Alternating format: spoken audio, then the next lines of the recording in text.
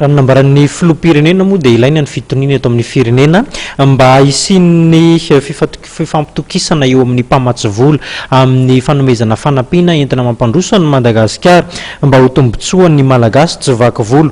Fa manamarika ny andro 4 Jona ihany koa ny fanapoahana tafondro mialohan'ny hanombohan'ny matso lehibe tamin'ity taona ity dia nahatratratra ny amin'ny 20 ny tafondro izay napoaka ho mariky ny fanomezam-boninahitra ny filoham-pirenena.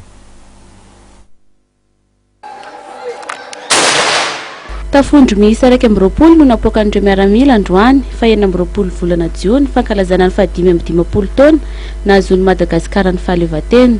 Fanapoahana izay nanamarika ny fanomezam-boninahitra faratampony ny filoham-pirenena ary tanterahana manomboka amin'ny fotoana iangany any an-trano fonenany mandra-pahatonga ny eo amin'ny kianja anaovana ny fisafoana ny Andiatafika.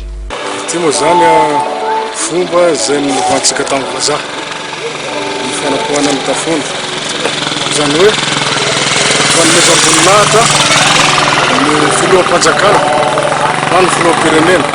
Ekipa matanjaka avy amin'ny Tafika no nanatotosan'ny fanapoahana ny tafondro ary miisa 2 ireo tafondro na bofort no fiantso io fitaovana izay nampiasainy nanapoahana ireo koa 20 isa ireo. Nisy koa ireo olona tonga nijery ny fanapoahana izany teny Foro Voaron.